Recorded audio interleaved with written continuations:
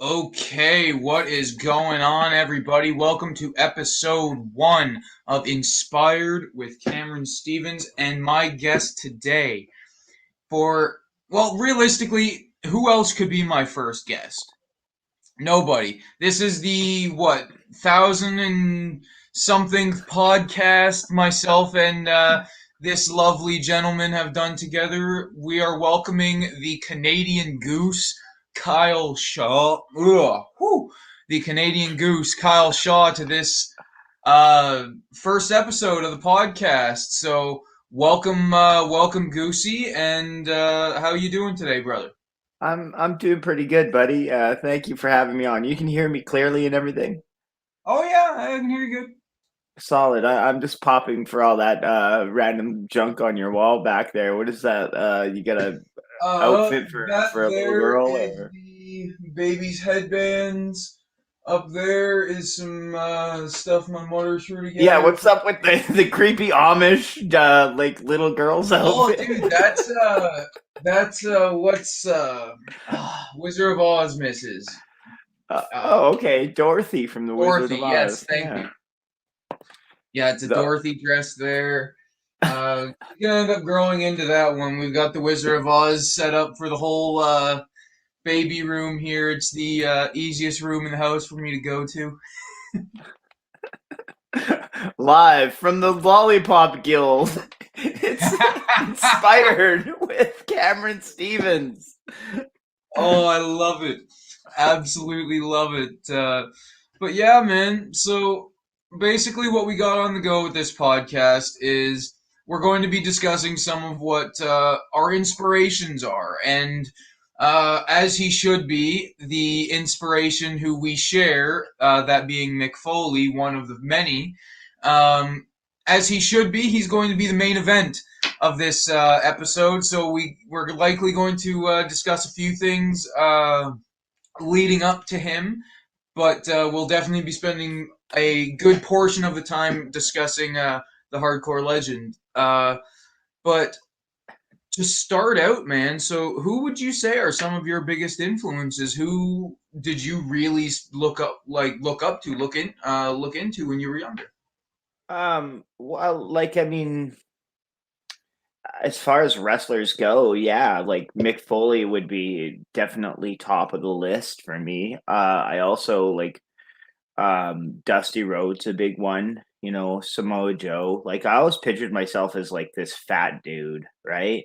So like I any feel fat that. dude that wrestles, like I kind of like looked at their stuff and was like, well, what is this person doing? Especially like really successful ones like Mick Foley and Dusty Rhodes and guys like that who are a little bit more rotund but are also like super successful in the ring, right? I'd have to put Bray Wyatt on the list as well. Like I use his move as my finishing move. So Mhm. like yeah, those kind of guys are definitely some people that I would put on my list as inspirations for sure. I And like, mean, my gimmick is completely out there. It's not the same as any of those, right? Like mhm. Oh, so I can yeah I can put them down as like inspirations, but I don't think I've like outright copied anyone. Like I mean, if Shark Boy is on my list as well because he's I like an like that. animal themed wrestler. So I love that.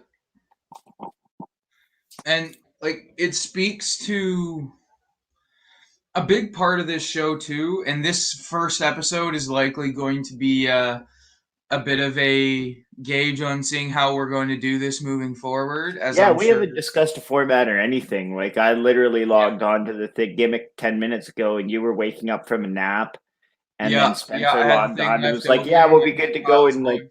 5 minutes, boys." I was like, "Okay, cool." And we're just doing the show now. I'm figuring it out on the fly. So, welcome to the Pretty wild much, world of yeah. podcasting. Yeah. Welcome to Love Wrestling. It's like the RCW for Podcast Wrestling Network.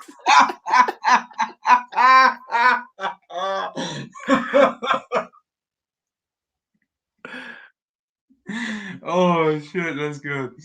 Um, but yeah, man. So this is kind of going to be figuring it out as we go along, seeing how we're going there. So obviously, when it comes to people who inspire us, it could be the smallest little thing that we take from them, right? It could be just how they operate, how they interact with people. It could be anything about them that inspires us or um, is influential in our lives. Uh, how about we discuss some of the people, whether it was wrestlers, musicians, whatever, um, who inspired you when you were like super, super young? Guys like when you were a kid, guys you looked up to. Okay. Who were some of your favorites? Well, there's four that come to mind. Their names were Raphael, Michelangelo, Leonardo, and Donatello. These bad uh, boys here? Yeah, yeah. I loved the Ninja Turtles when I was growing up as a little kid in like the 1980s, right? Like I was born in 84, so by the time like 1990 rolled around and the Ninja Turtles were getting like their actual first movie and stuff, like I was right there for all of that. So like to go from watching Teenage Mutant Ninja Turtles to professional wrestling is not that big of a leap. Like I didn't I was more so jumped on with the wrestling around the year 1999. But if you like go back to it, like that is not a like Ninja Turtles to wrestling is not a leap at all. Like No, not really. it's Wasn't like there a Ninja Turtle? once Ninja Turtles was over, you like changed the channel and could go watch like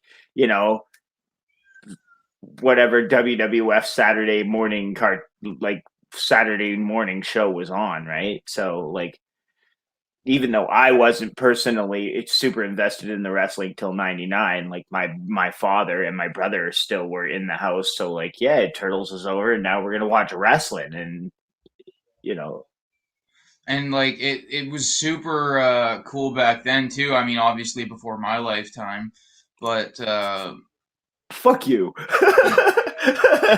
hey man, I was born '98. What do you expect? I was born when you were almost 20 years old. Yeah, okay. But yeah, man. So essentially, I remember watching those old like live action movies, the Ninja Turtle ones, and like those so much better than the new ones that came out. Like I'm not even gonna throw in the live action ones. I I mean, I can appreciate Bebop and I'm not going to throw Rocksteady. shade at any Ninja Turtles movie other than maybe the third one. That the one where they go back in time to Japan. That one's terrible. But I'm down for every single one of the other ones. I love them Even all. the time travel one, I've got a soft spot for because realistically, like, how many times are you gonna get to watch the Ninja Turtles go to ancient Japan? Like, it's not gonna happen, I and thought you were just it's a going total to fit. I argue the mean, sure, merits they of the don't have Teenage Mutant pizza, Ninja but Turtles like, with me, but like being my like realistically, like oh yeah, realistically, I mean, come on, if we're dealing with 6 feet tall talking ninja teenage turtles, I mean, how unrealistic. well, I went from that to enjoying watching two people like put on the like outlandish costumes and pretend to fight. Like, Oh, see, now here, like, I absolutely love that Ninja Turtles is one of your go-tos because, like, see, because you grew up with the first cartoon, didn't you? oh yeah, like well, like I What were say, your like you thoughts on the asked one me I when I grew was up a with? kid, like it would be like me and my brother playing in the backyard. It'd be like, which one do you want to be? Be like, oh, I'll be, Michelangelo, and he's like, oh, I'm Leonardo, and then we fucking fight outside. That's what how playing was when we were kids. Yeah. you know. Oh man, because and here's something else too. Because I grew up with the 2003 cartoon. That's the Ninja Turtles I remember watching all the fucking time. Yeah. What were your thoughts on those turtles? I couldn't tell you anything about him. Yeah, when I got off the bandwagon there, I was off the bandwagon. Like, but You were off I did turtles, not not make it to wrestling, the eh? end of the original TV series. I've tried to go back and watch it, and like after the first couple of seasons, it gets pretty rough. Yeah. So Yeah, well, it'll get pretty rough trying to watch all that stuff anyway. Like, especially when you haven't gone back and seen it in a long time, it almost ruins it for you. yeah, yeah. Like I was right into the Power Rangers too, which like is like I went from the Ninja Turtles into the Power Rangers and then into like enjoying Star Trek and then from that I got caught up in wrestling and then I've just been with wrestling ever since, right? I think with Absolutely. wrestling, one of the things is there's no off season, right? Like it's year round, so you don't have to like you don't get to like the 10th episode, watch it, and then have to wait till next year for to find out what's going to happen. Like it's on every Monday, and you can watch it. Oh yeah. Well, I suppose when I was younger, it was every Monday and Friday, but I mean, yeah, it's on every Friday and whatnot as well, for sure. I always preferred SmackDown. I don't blame you, especially like right now. SmackDown is Oh yeah. definitely the superior show. I would say so. Yeah. The Roman Thunderdome Reigns and his is starting whole. to kill it for me though. Like now that we've had a couple of shows back here in Alberta in front of live fans, like trying to watch it in front of like canned audio and just video screens and stuff, I can't do it. I'm like, oh, this is horse shit. Excuse my language. Pardon Oh, me. I don't care. Yeah. It's yeah. I'm not a PG person. For those of you who know me on a personal level, so um, in the ring is the most PG you'll get me most times. So.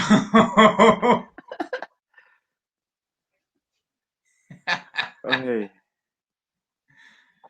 Oh, dude, if we get a swear jar, can I get whatever comes out of it at the end? Can buy more knickknacks to put on the wall behind you. Yeah, no kidding. I could probably grab a Cinderella to More go with that. clothing for creepy midgets.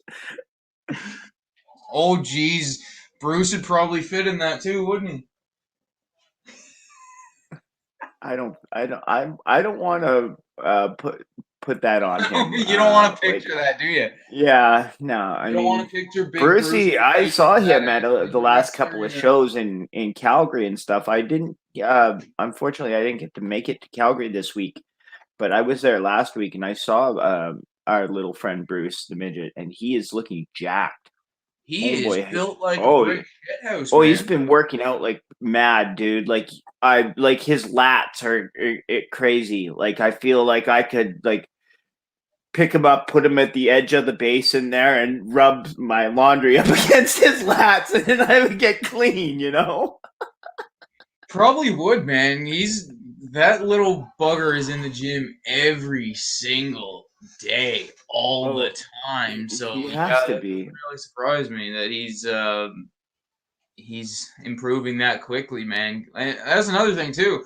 With that AWA school in Calgary, man, they always got somebody there working, right? Yeah, That's one I thing I love about them out there. I got to see some photos from their big event, and it looked like it was quite a good time. Uh, they just had the first Can-Am show on Saturday at the Elkton Campgrounds, I think it was called the Elkton, I think I Elk believe or so, yeah. Elkland or something like that. But I heard there was like 500 people there, so that's Yeah, I had to show this comment. This is tremendous. Absolutely tremendous. So, what was that? Rye Levy, I hope I said that right, on yeah. Facebook. Absolutely tremendous. I love that comment. Rye was on Spencer's show a little while ago. Um, Yeah, because Rye does the stuff about the folks that are LGBTQ I love it. folks in wrestling. Love it. Yeah. Absolutely love it. Yeah. Anyway, let's get your podcast back on track here. Yeah, for sure. Yeah, so obviously Mick Foley was going to be a major point of discussion, and I know you had mentioned how a lot of your influences,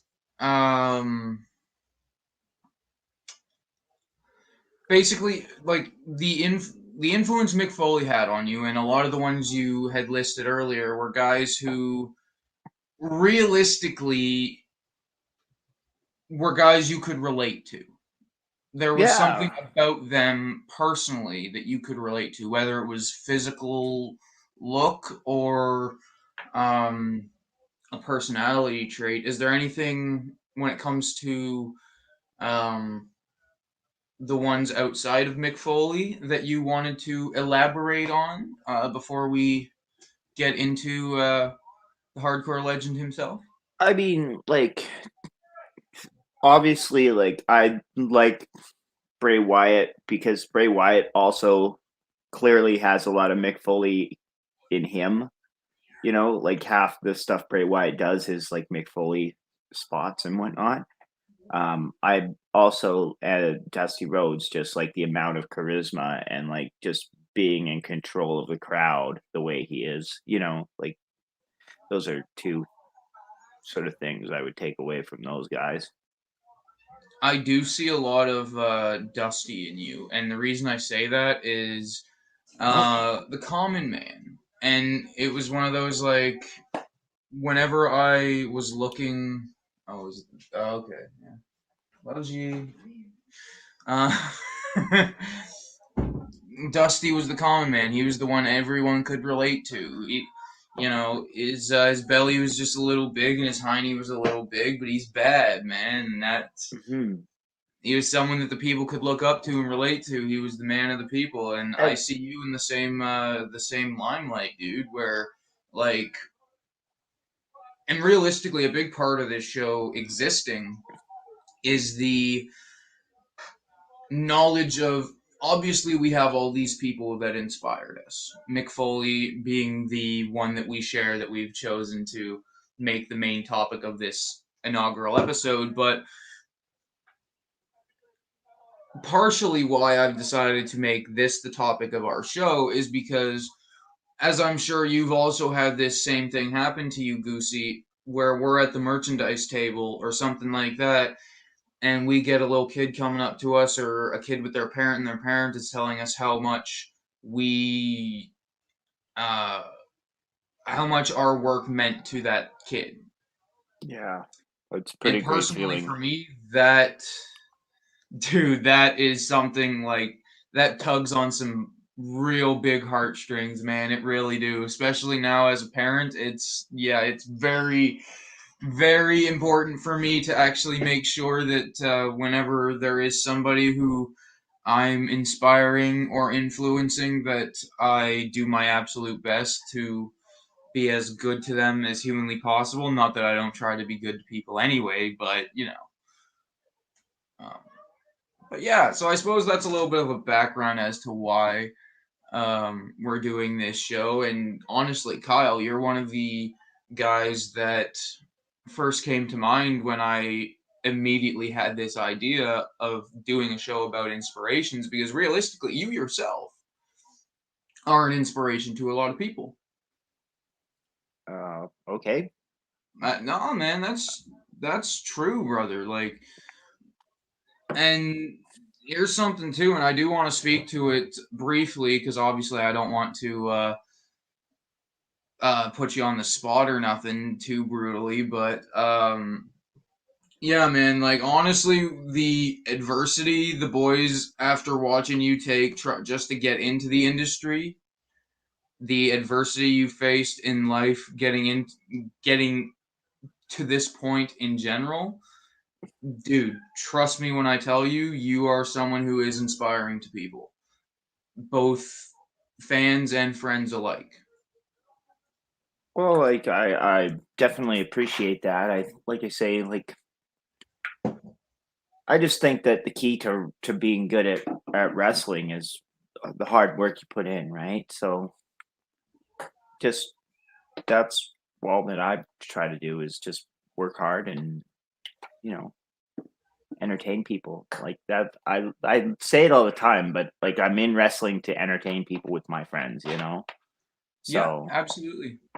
I'm just kind of trying to have as good a time as I can and entertain as many people as I can. But I want to be good, so I keep working hard, and I guess like if there's any inspiration to be had from me, then it's just yeah, go for it.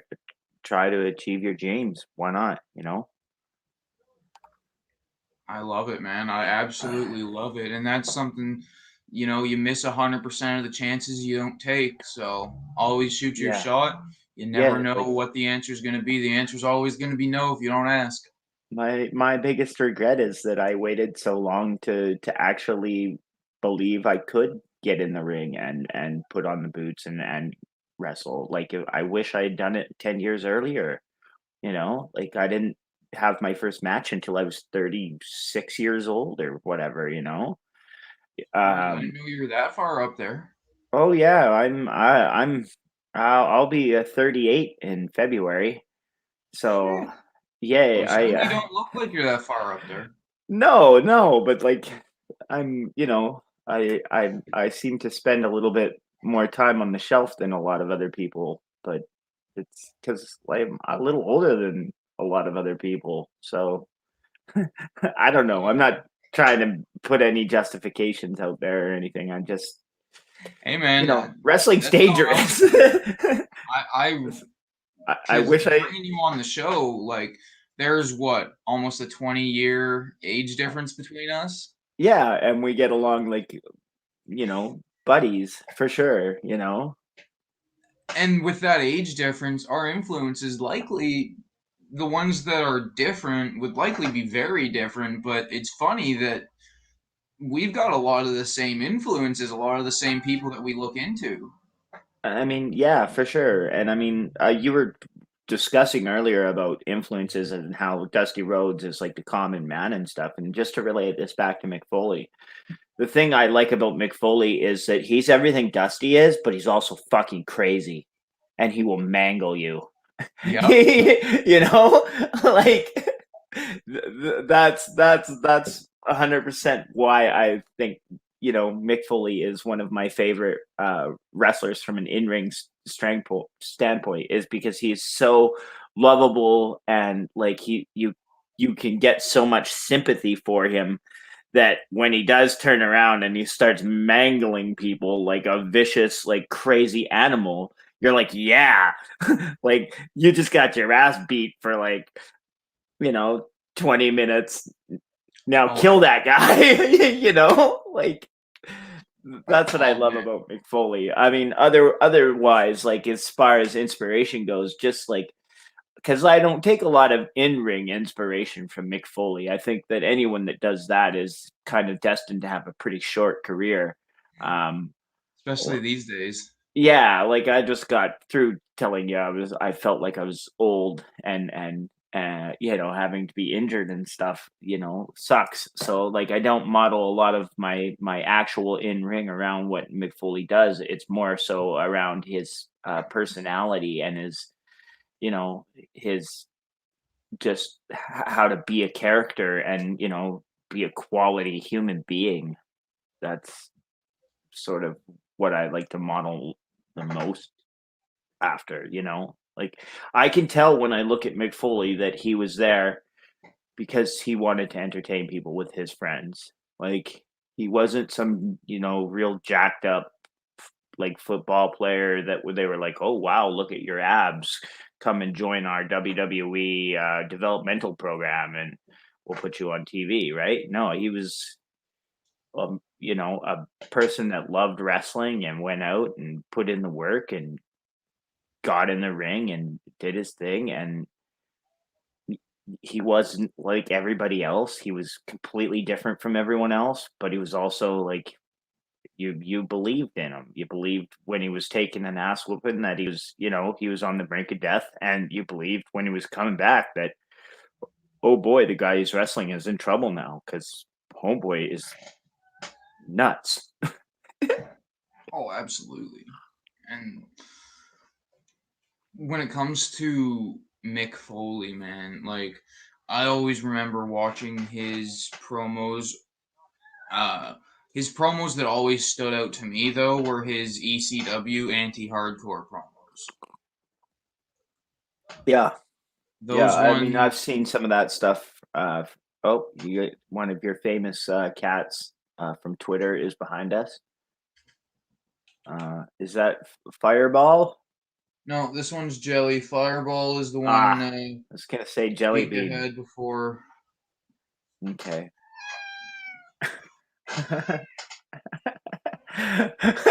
Who are you inspired by? Okay. Ernest Miller.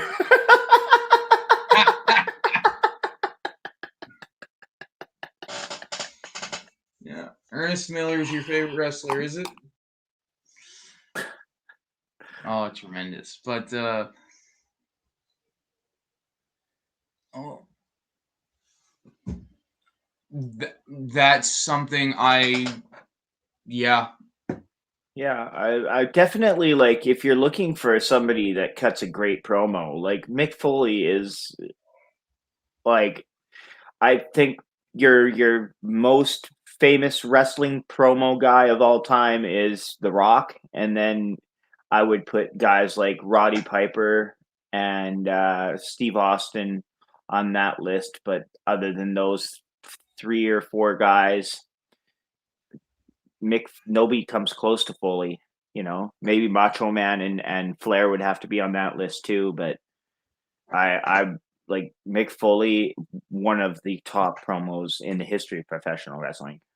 Well, he had that ability to connect with you on a personal level. Yeah, Like exactly. I Just was like the Dusty Rhodes thing. Like Mick Foley was a exactly like I common was man. watching the Kane Dewey promo, and he's there yelling his head off about you ripped out my heart, you ripped out my soul, and he meant it, and you could tell that he meant it, Hmm. right? It's something like, man, this is some stuff here that you don't want to be missing out on. Like I'm here watching, Cactus Jack talk about how it's just not worth it to him anymore because after everything he's done to his body, he goes out and sees Kane Dewey, and meanwhile, how old was Dewey at the time? Like, fuck, was Yeah. he even 5?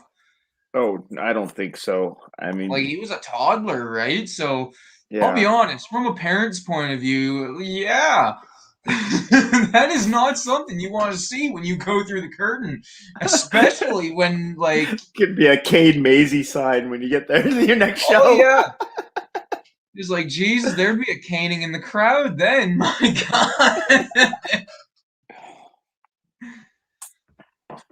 Cane Jelly Bean. Cane jelly beans. Oh boy. But yeah, like he took things from his real life and was able to manipulate his words in order to match his true emotion while still maintaining telling the story he's trying to tell and not Yeah. fully telling what he's feeling, if that makes sense. I mean, I just believe what he's saying to me. Like I believe I can buy that, okay, this is him talking and these are his thoughts on it. Like it's not like we talked about like modern day wrestling earlier, and it's like when you watch modern day wrestling, a lot of times a promo will come on and you watch it and you're like, oh, this guy spent all afternoon trying to memorize what he was going to say during this promo. And like you can tell, as somebody walked up to him, gave him a piece of paper and was like, here's your lines for tonight. And then they went off to a corner and they sat there and probably memorized their lines, or even worse situation, they went out and they put together their match that they had to have with somebody, and in between doing that, they had to memorize these lines. And then with Foley, they probably just were like, okay, it's 20 years ago, it's 30, like 25 years ago or whatever. We don't need to script every promo. Here's your general situation. Talk for a minute and let's see what you got. And that's how they kind of did things back then. It wasn't, a team of 20 people didn't come up with your promo and then say, here's your lines for tonight. They said, okay, Mick, tonight you're going into a boiler room match against the Undertaker. How would your character feel about that? And he, you know Mick would be like, "Oh, can I hold my little rat friend or whatever while I cut the promo?" Like, that kind of stuff. I don't know. Yeah, Jim Cornette's pet rat, George. Well, I just mean that, like, when it's not coming across like it's been memorized, or that like time has been put into memorizing what you were going to say, you can tell, you Well, know? that's the thing, is like you feel it. And Mick Foley has, I mean, realistically, it's only something I've noticed somewhat recently, but a lot of my promos, when I look back at them, especially when there's something that's emotionally charged, very, very strong influences from Mick Foley, especially when it comes to his old Cactus promos, talking about how he would start out low, and then he'd get super loud and then come right back down. And he'd get right high again and come back down, right? It was a Hmm. roller coaster of emotions when you were listening to him speak, and that's something I've personally tried to take as best I can.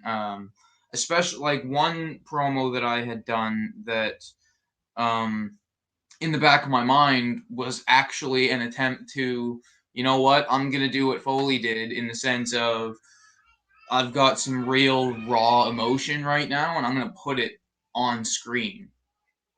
And the promo I'm referring to is the one for Last Man Standing with Jeremiah Javen not too long ago. There was a lot of real pent up emotion going on in life at that point, and Javen was the target. So Well, I mean, I can't speak to the promo or whatnot. I probably did see it. I just, it's not oh, it's been a while. lingering It's been here. at Yeah, least like 5 months. but I hear you. Like, nobody's ever, like, Squig does not believe it or not, Squig has not, been sitting at home, wrote his script out, then handed that to me at the beginning of the show and said, okay, segment I've seen three, him give us here, cards on yeah, napkins. Yeah, like legit, like the RCW when you show up at you generally like unless you're in one of the like advertised main events, you like show up and find out like half an hour before you're going to the ring who you're wrestling. So like And it'll change no, like 3, 4 times throughout the night. yeah, and a lot of times like when I do a promo or something, it'll be me going, "Is it okay if I do a promo?" uh, you know, and then they're like, yeah, okay. And then you just go to the ring and you make it up while you're out there, like Oh yeah. I find that that's better than because I don't know. I think I'd rather do that and then possibly be successful or possibly bomb than try to prep something like out and that I put all this time into and that bombs anyway. Like I don't know. Like, don't get me wrong. I'm not saying don't prepare for your work or whatever. Like, absolutely. If you've got an idea going into your promo, great. But like, I don't know if like you need to go and rehearse it with the boys like before the show or whatever. You know what I mean? Oh, Like, absolutely. Yeah, very like, much agreed. So there was a comment that was shown on screen earlier, and I'm gonna put it back up there because it's a very good comment, one I wholeheartedly agree with. And how about how the original Dude Love videos from when he was a kid are some very connective promos, and I wholeheartedly agree, man. Like that's something I used to see because I don't know about you, Goosey. You remember that biography came out about Mick Foley there in the late '90s? I think it was '99.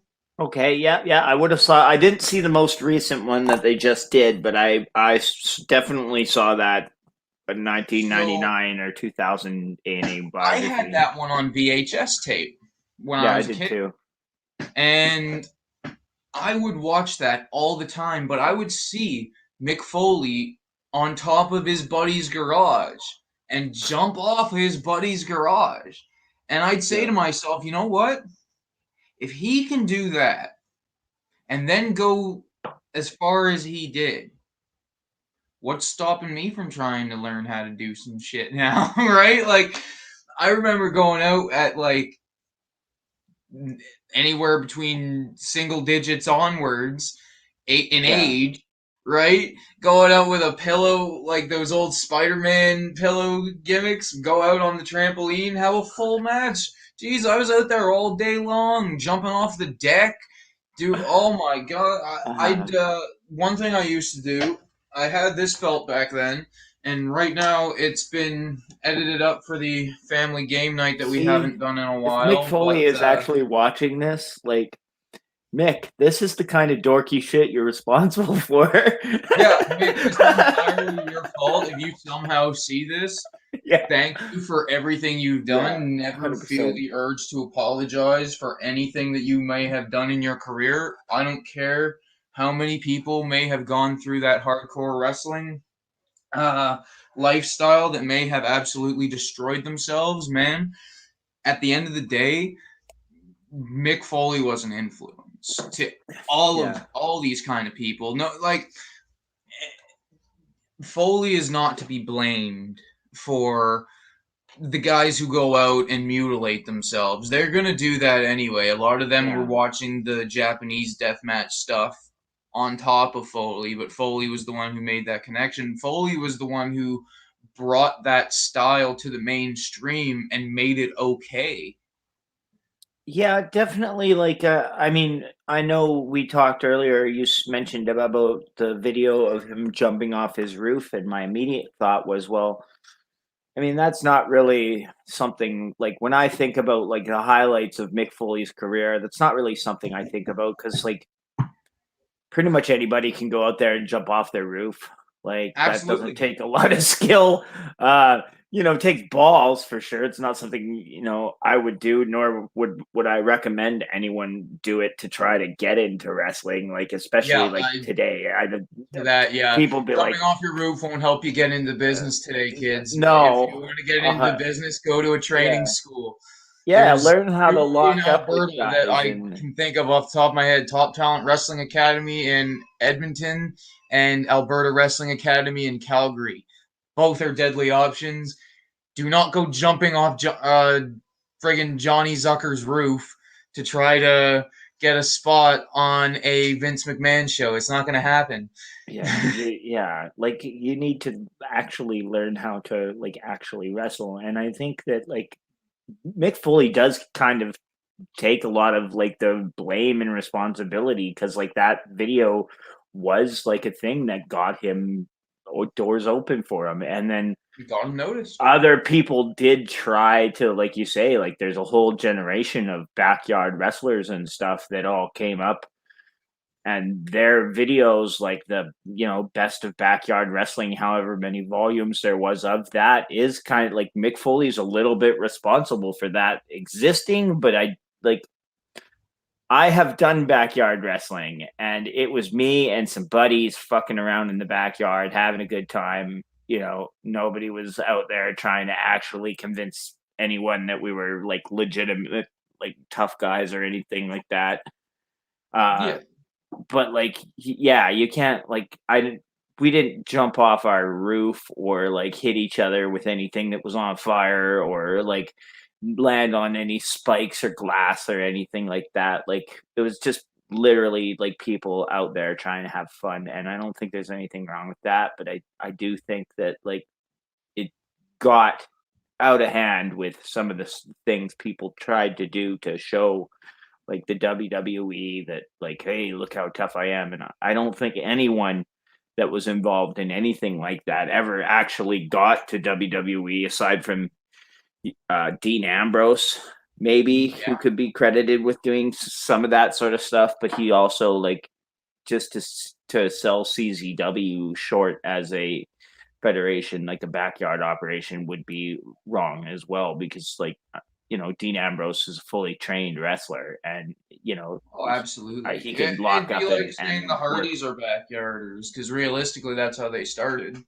Yeah, and like I just mean like no, Vince McMahon never saw a tape of anyone going through like a glass light tube log cabin and then was like hire that man, like We need him.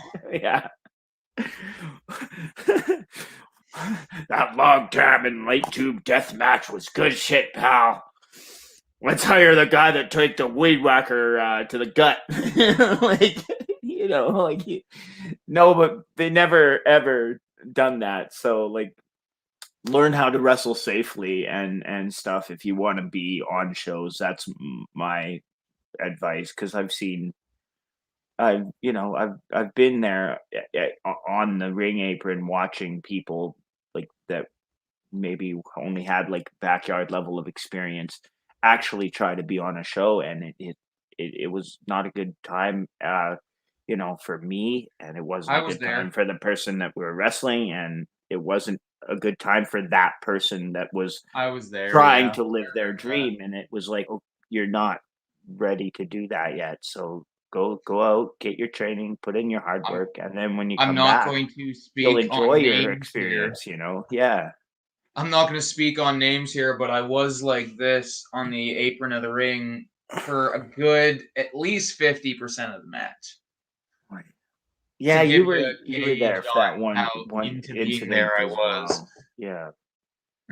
So, like, yeah, I like so like when I say Mick Foley is my inspiration, because he was a hefty dude, it's not because, oh, he look at him, he was a hefty guy, he was fat and lazy and he still got over. Like, that's not what I'm trying to say.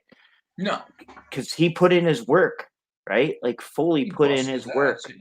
Yeah, he probably had to work harder than a lot of the other people that were in great shape because it's like, Absolutely. you know, it's more He had to be difficult something for different. somebody packing some pounds to do some of the like physical. Trust me, like when I have to do like the cardio blow up drills and stuff, it's rough I hate on. those. It's I like I love them, I'll but I hate them. see MRB go in there and do it, and then Zoe goes in and does it, and then I go in and I'm struggling, fighting to keep up, and that's like for Foley, I'm sure it was the same thing. Like I heard stories of him sleeping in his car and just like the level of dedication that it took for him to be a wrestler. And that's inspiring to me too. Like I have traveled the roads with Steven Styles, the fellow that owns RCW. His dad, Vic, is like, well, he's got to be like nearly 80 years old.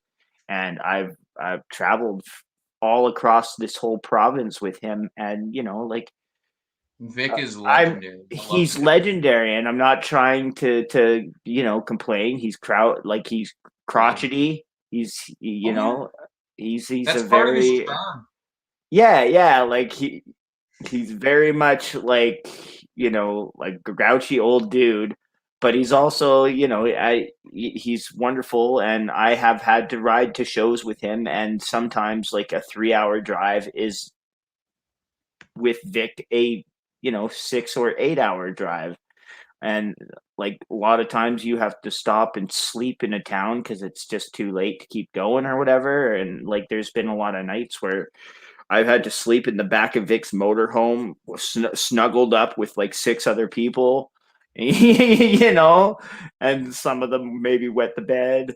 Like it's just like Mick Foley would do it. Why not? Why not the Canadian Goose? Right? So like, there's all kinds of inspiration I can take from somebody like Mick Foley, especially like he's a well like I mean, he's been hit in the head a lot, and you can tell from some of his later promos that are not super magical because you can tell somebody did try to give him a script and say, "Here's your lines," and he's like, how many concussions I've had? I'm not going to remember any of this bullshit, right?" Like, I remember one where you can literally see Stephanie McMahon like feeding him his lines, like, under she's like holding like down here, going, "Yeah, yeah," and then have a nice day, like and Foley then, "Oh yeah, have a nice day," like Yeah, there's just so many things you can take from a guy like Foley, who and it's like also, with guys like to our that, just let fortune, him has go. like written books and stuff. Sorry, go Yeah, ahead. it's like with guys like that, just let him go, man. Like Yeah, giving people like Mick Foley a script, like come on now, come on. yeah, Of yeah. all people to give that, it's like, what are you gonna give Ric Flair? Well, actually, yeah, but still, like you're dealing with people who could, fill an arena with just their words, man. How the Yeah. hell are you gonna give someone like that a piece of paper, tell them how to be themselves, man? I don't Oh, get that. I never I have. remember seeing some of the later Mick Foley promos, and they were disasters. Same with His like Kurt Raw Angle GM and shit, stuff. yeah. Yeah, like just like I feel bad for him in those instances, but like yeah, when I think of like my top favorite wrestlers, from the 90s, especially, like, yeah, Mick Foley is number one from the 90s for sure. And there's something else about Foley too, is he's a nice dude on such a level where he'll help out somebody if he feels like they're caring about what they do. And um I don't like using this example, but I will. Uh Dude, he took the dick flip of all people to take the dick flip. Mick Foley, man. Like, that's something he really didn't have to do, but he's seen that clown as somebody who cared. So he helped him. Yeah, I mean, I'm not like I'm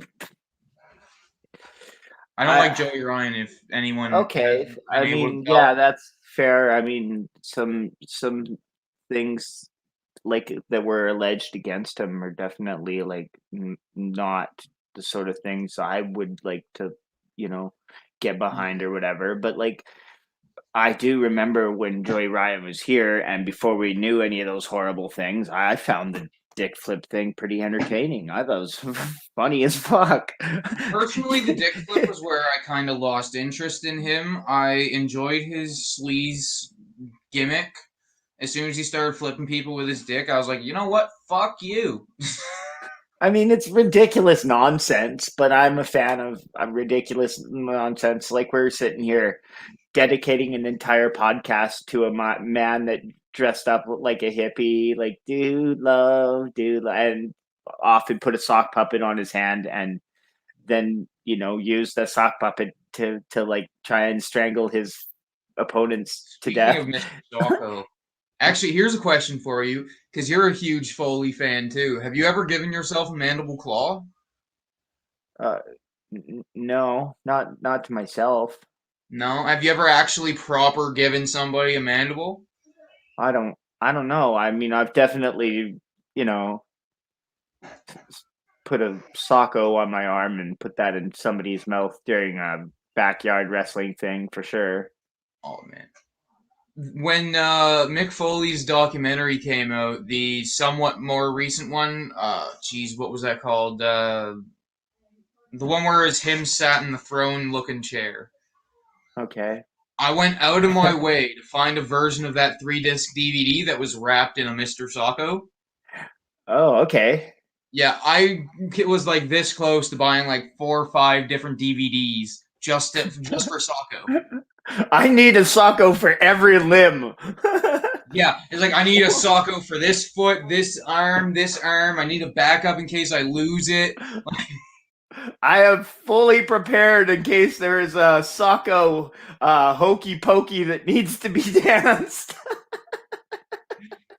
Oh man, and like Mick Foley is somebody who's relatable on so many levels, and like we can relate to him on the original Dude Love videos in the sense of dude was a um emotionally abused high school kid realistically, like when it came to his peers at least. Like Yep. he was somebody who had the mindset of nobody fucking cares about me, and then he goes out and I'm gonna be somebody, and he was pushing so hard, I'm gonna be somebody, I'm gonna be somebody. You seen it in his eye. He cared, he loved what he did, and like that always resonated with me, and I feel like it likely resonated with you as well in the sense of, man, like I'm watching somebody do what they love, and it makes me love to watch them do it. Yeah, 100%. Like we haven't even got into like hardly any of the actual WWF matches. Like I brought up the boiler room thing with the Undertaker, but like also like Hell in the Cell is like a legendary match. The A lot of people say that either match one of has them, the changed one more. against Triple H is also like a really great match that Hell in the Cell he had with Triple H. The match he had at the Royal Rumble against Triple H was Mhm. just crazy nut bar like awesomeness. The match against Randy Orton that was right here in Edmonton, like that was an incredible like hardcore match. But like you know, then you're talking like there's some bangers from WCW. Like I remember one he had against Sting. That was some fantastic stuff. You got all the matches with Vader and all those guys. You know, and then yeah, like ECW, but like I think that the era of Foley I'll always be like the most connected to is when he was like 99, like retiring, like right after he did the cage thing, and like that's when Near I the sort of end. got involved in it. But like that's when he was doing all the goofy stuff with like Al Snow, which also made me like a huge fan of Al Snow. Oh, Al Snow was awesome. I love Al Snow. Yeah, so like there's just like his career spans so long and he's got all the books, so you know you can actually zone in on some of his you know some of his internal thoughts because he's written them down in books, right? So like there's just so much Foley stuff out there. Yeah, yeah, and yeah, he's always been one of my favorites and a huge inspiration. I have actually have a Cactus Jack shirt around here that I know. I I got a buddy who's got a Cactus Jack shirt that's like 2, 3 sizes too big for him, and he's holding on to it strictly so when I see him next, I don't care what shirts of mine I need to give him, but I'm getting that Cactus shirt. well, I loaned it to Sweet Daddy Soul on the night he was here in Edmonton and he came down to Top Talent Wrestling Academy and was doing some training. He didn't have a shirt though, but I had this Cactus Jack shirt, so I like loaned it to Oh, is him. that King of the Deathmatch shirt?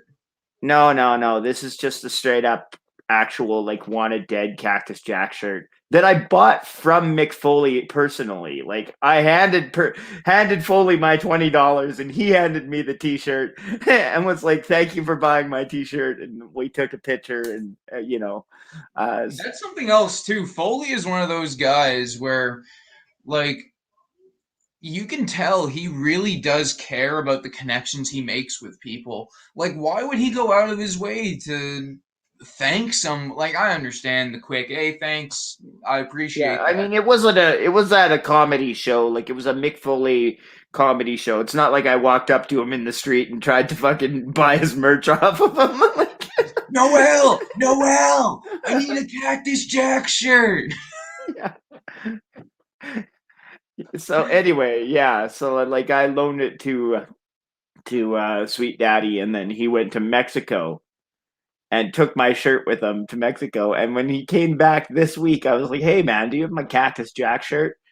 And it took him a week, but he did actually return my shirt. So I was like, "Oh, right on. This Oh yeah, having Cactus some Jack best. shirt has been." Now probably worn in the rings of Mexico as well. Probably, So yeah. yeah, but yeah, that's and Yeah, man. And something yeah, else to getting to speak meet about Mick Mick Foley Foley's was a influence treat on for people sure. like you and myself. Where he's obviously he does these stand-up comedy shows. He's a writer. He's obviously a professional wrestler. Realistically, he's someone who's taken every little influence he's had in his life and tried to be as creative and as in as many different platforms and as many different ways as humanly possible. And that's something I personally can relate to. And I feel like you're very similar there, Goosey, because I mean, obviously, we're doing these podcasts. We obviously wrestle Yeah, and it's not like we are stopping our interests at that, right? Because I mean, no, obviously, I do the graphic stuff. I know you do other things as well. yeah, yeah, definitely. Like it is another thing. Like Mick Foley wrote the books, and you know he was heavily involved in like all kinds of commercials and stuff. It's just part of like being a performer is That getting ravioli commercial. yeah, getting your name and face out there. Like this is all a part of it for me. Like this is why I like doing the love wrestling because it's another way for me to get my name out there and stuff, you know. Um yeah, 100%. Like that's a big part of wrestling is, you know, like being a good wrestler on the wrestling show is good too, but like if you're out there sort of grinding between the actual wrestling and still trying to get your name out there, then you know, I think that's helpful. Yeah, man, I wholeheartedly agree with that. When it comes to Mick and some of his uh, character work, I suppose is the best way I would put it. Um, Very inspirational, especially to someone like myself, and I'm sure you are the same way. Because, I mean, obviously we've both gone through our fair share of mental health struggles, Fair, yeah. and we're both like we in certain aspects like to consider ourselves fairly fun-loving people. Hmm. So it's like when I look at that side of us, I'm like, well, this part of me is very dude love inspired, but this part of me is very cactus inspired, right? Where it's like when this happens, Oh, uh, oh, I'm sorry, you just froze there for a second. oh, Now you're back. You're back now, so you don't have to make a bunch of weird faces and stuff. So you were saying that there's part of you that reminds you of Dude Love, and then there's part of you that reminds you of like Cactus yeah, Jack. yeah. We're like when you're like when you look at yourself and it's like, man, took so much influence from this person where, like, the ow, have mercy. Like, how many times have either one of us been going through either a locker room or just going around the show and just say some random stupid shit just because? Right? I Like, mean, definitely like trying to just have good spirits and be positive and stuff is I think the main inspirational takeaway I have from Mick Foley. Like I say, like I just how I conduct myself as a human being, you know, just a lot of gratitude, you know? Like that's one of the things that you can just tell by looking at Mick Foley that he's grateful to be where he's at, you know? absolutely. He's someone who, if anyone has the right to be like, you know what? It's him. But he's not the one who's like, man, like, give me the pat on the back. He's like, well, this dude's doing really well, and this dude's doing really well, and this dude's doing really well, you know? Yeah, I mean, like he just like he's pretty humble about it too. Like even if you watch his like reality show, there's another way in which he gets his name out there. Like he's driving around in a, you know, pretty shitty looking like minivan and stuff. Like you know he's got money. Oh, Like fuck yeah. if Foley wanted to flex his money, like he could be cruising around in whatever kind of like jacked muscle car he wants. Like because you know Cena's got a garage of 30 different kinds of like you know Ferraris and Lamborghinis and whatnot. But like Mick Foley's like he's got the money. He could flex like that if he wanted to, but he doesn't like feel the need to. It's like, nah, this Takes is care what of the it is. family. This is what you get, and you know I just like that's one of the things about him that I really admire is just how like here it is. This is you know what you see is what you're gonna get, and it's still quality with him. You know, it's quality product what you get. Absolutely. And so we spoke to that 99 biography earlier. Yeah, Um, so I went through my Cameron Stevens Panther Pack Facebook group, and I had actually shared the full link to that on YouTube and left a little bit of a post with it. And I feel like it's fitting for this program.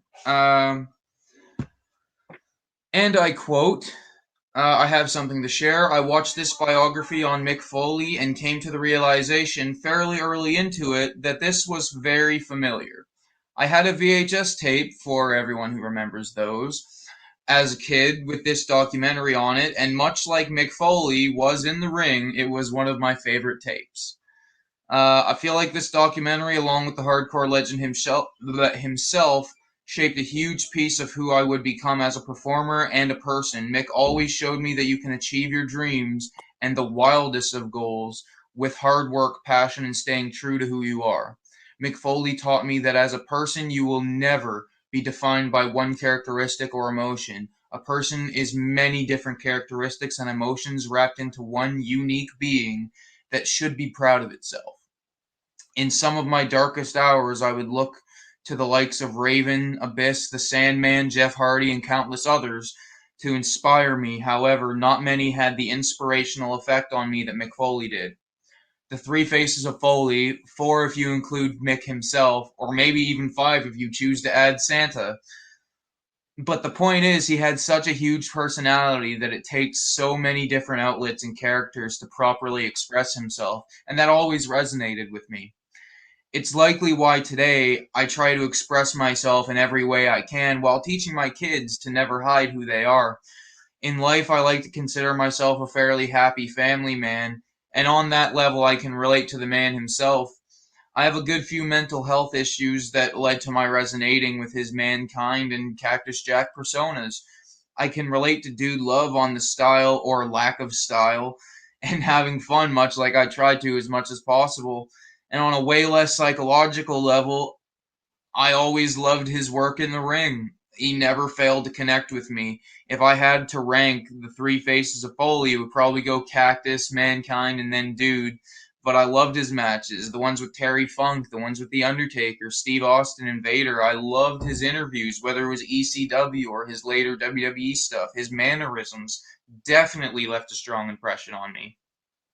And yeah, that's essentially the majority of that post. And that realistically, that inspiration, that level of connection is a big part of why Mick is the first episode. Big part of why Mick is someone who I wanted to choose very quickly and very early on in this show. Um, he was someone who could tell you that you can do it. All you need to do is believe in yourself. All you need to do is be who you are and bust your ass. That's all you need to do. And you can do what you want to do. You just put your mind to it. You can achieve whatever you want. I love it. I absolutely love it. And when there was times where I didn't know what I was going to do with life in general, let alone where it was going, I would look at people like Mick Foley and be like, you know what though? Like, if he can go out and overcome, maybe I can too. And it might just be for that small little moment, but the fact of he's able to give that kind of impression on somebody that he can keep somebody going for a certain period of time for long enough for them to be able to come to themselves and sort themselves out, if that makes sense. You know Mm-hmm. what I mean? That's something, and to be perfectly honest, if this does ever reach Mick Foley, that is something I would like him to know, is that there were days where people like myself, and I'm sure you as well, we didn't know where we were going to go within the week. And with his influence, with his content, with his who he was as a person, we were able to get through our personal struggles and make it to where we are now, where we can use our influence to inspire people the same way Mick did with us. And at the end of the day, that's one of my biggest goals with being in the ring, with doing these podcasts. I want to inspire people the same way that people like Mick Foley inspired me. Be yourself, man. Yeah, yeah. I 100% agree with that. Like you say, be yourself, and uh, you know, like I say, like I'm just here to entertain people with my friends, and uh, I could like I know that if Mick Foley came to one of our shows and was part of the RCW like locker room, he would be friends with everyone on the show. Absolutely. So, and that's how I try to operate myself as well. So, definitely mad props to Mick Foley, and thank you for having me on the show today, Cameron. Oh man, anytime. And obviously, I'm sure you'll be back on either this show. I might start a second show. Who knows? I don't. I might have another show to do, man. Hell, one without a gimmick, one where you just shoot the shit and see where we're at. But we'll reach that bridge when we come to it. You'll likely be on one of my shows again. I'll likely be on one of yours again. This is definitely not going to be our last podcast together. Yeah, I I think next week for Inspired. How about this? Because I've got a few people lined up that want to do this show.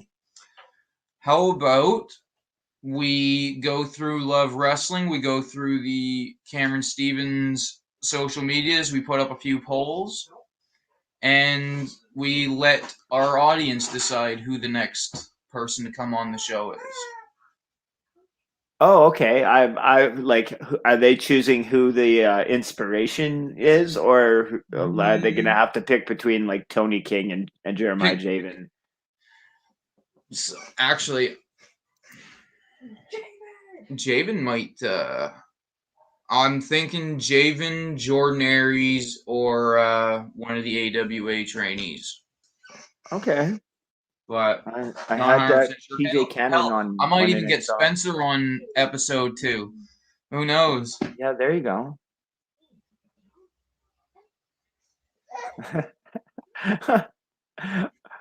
Okie dokie. Well, thank you for having me on again. I appreciate that. Should we probably Absolutely. Plug get your to our? shit, Goosey. What are Oh, you okay. plugging? Well, I've still got my T-shirt available. This is through Pro Wrestling Tees. I've got another T-shirt that you designed. It's also up on Pro Wrestling Tees. Very easy to just search for the word Goose on Pro Wrestling Tees, and only my stuff will come up because I'm the only wrestler in the world named the Canadian Goose. Um, so yeah, buy my t-shirts off of there.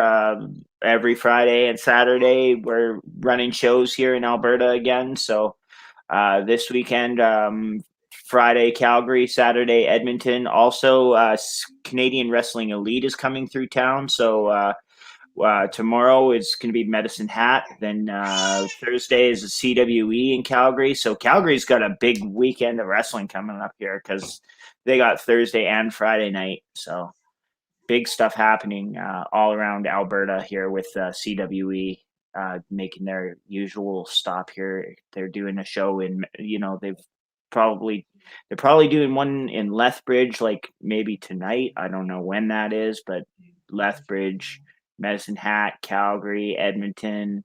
They're doing Saint. Is it Saint Peter or Saint Paul? Those right near Edmonton, Mm-hmm. and then Grand Prairie. So they've got a huge bunch of stuff coming up. So check out Canadian Wrestling Elite, Real Canadian Wrestling, Top Talent Wrestling Academy. We're having a like a wrestling mini camp for anyone that wants to try out to become a professional wrestler. So that's going to be happening this month. So get at Heavy Metal or Michael Richard Blaze if you'd like to take part in that. And yeah. And speaking to that, I would highly recommend that if you're in the Edmonton area or in Alberta. Take advantage of that. Those are two guys that are at the top of their game and they know what they're at. So Yeah, you always get a real good taste for everything that's going to be involved in those mini camps. Like, there's a lot of hard work, but there's a lot of fun going on those days too. So, absolutely. And yeah, man, I suppose this is the time where I should probably plug my own shit. As I'm sure many of you have seen, all across the bottom have been just me plugging my shit all show.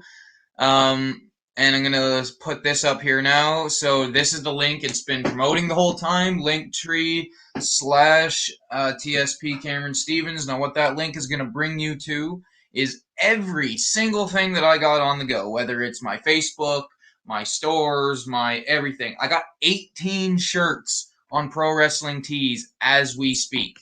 Jesus, I thought I see. I thought you were only allowed to put up like 2. See, So, I thought it was 4 for the longest time, and then I oh, is it actually went and 4? checked, and I just started uploading designs. I've got 18 shirts currently on Pro Wrestling Tees, so there's plenty of options. Oh, okay. Well, Please I make I sure to know pick what I up a want my shirt. next goose design to be. So I might have Make to sure get to to the. pick up a Canadian Goose t-shirt off of Pro Wrestling Tees while you're there. Grab a Cameron Stevens shirt. Hell, grab a New Evolution Wrestling shirt while you're there. You could grab a Jeremiah Javen shirt while you're there. You could grab a Bulldog Hines shirt while you're there. Hell, you can grab our merchandise and then pick up a New Jack shirt. You could actually, here's something else. You could buy our shirts and a Mick Foley shirt in the same order. There you go. So after you're finished watching this podcast, that's what you got to do. You got to go to Pro Wrestling Tees. You got to order your favorite Canadian Goose shirt. You got to order your favorite Cameron Stevens shirt and your favorite Mick Foley shirt. And then when they get in, take your picture with all your new shirts with your order come in and let us know. Yeah, there we go. But yeah, basically that link will send you to everything. My wife has been doing her photography stuff, and we're getting that off the ground again here. Obviously, cat Twitter in the Fatal Four Paws deal is still a thing. Coden likes to do his streaming on either Twitch. No, not Twitch. Yeah, either Twitch or TikTok, usually. Is there anything else you got on the go?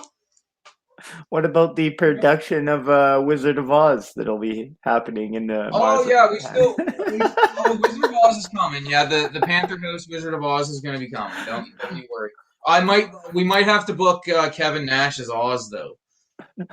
Now making his way to the ring from somewhere over the rainbow. You know what? I'm curious if anyone's ever booked Kevin Nash and tried to get him to be Oz. I I wonder don't if he know. still has the I'm suit. pretty sure he did come out here for a booking once. Who did he? I think he wrestled Merc, and then Farron was the referee. I couldn't speak, like I didn't see the match or anything, or but Your backyard is not the pose. I can imagine Squig trying to talk him in. We want you to go out there and wrestle the Night of the Apocalypse as Oz.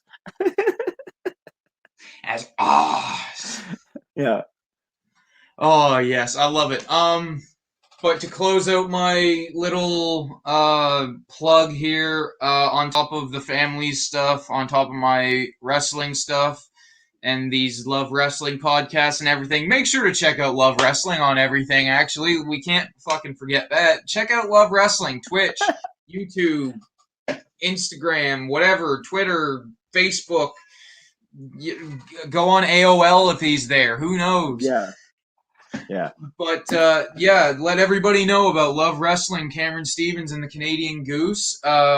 I've started a Instagram here recently for my graphic design work at monstrous.graphics. I've got a few Canadian Goose designs on there. Yeah, I uploaded the logos I done up for you, Goosey. Don't you worry. Oh, okay. Awesome. Yeah, Solid. so I've got about 50, 60 posts on there so far. So anyone who wants a logo done up, shoot me a message, man. A logo is only gonna run you about $20 for your first logo. I'll do a 2-for-1 special, especially if you're someone I like. So there you go. That's a good but deal. if I don't like you, eat shit. You're not getting a deal. Screw you. I'm kidding. No, everyone gets that 2-for-1 right off the bat. Just because realistically, I don't mind doing that extra little bit of work to make that little bit of money, man. It's bust your ass and earn your money.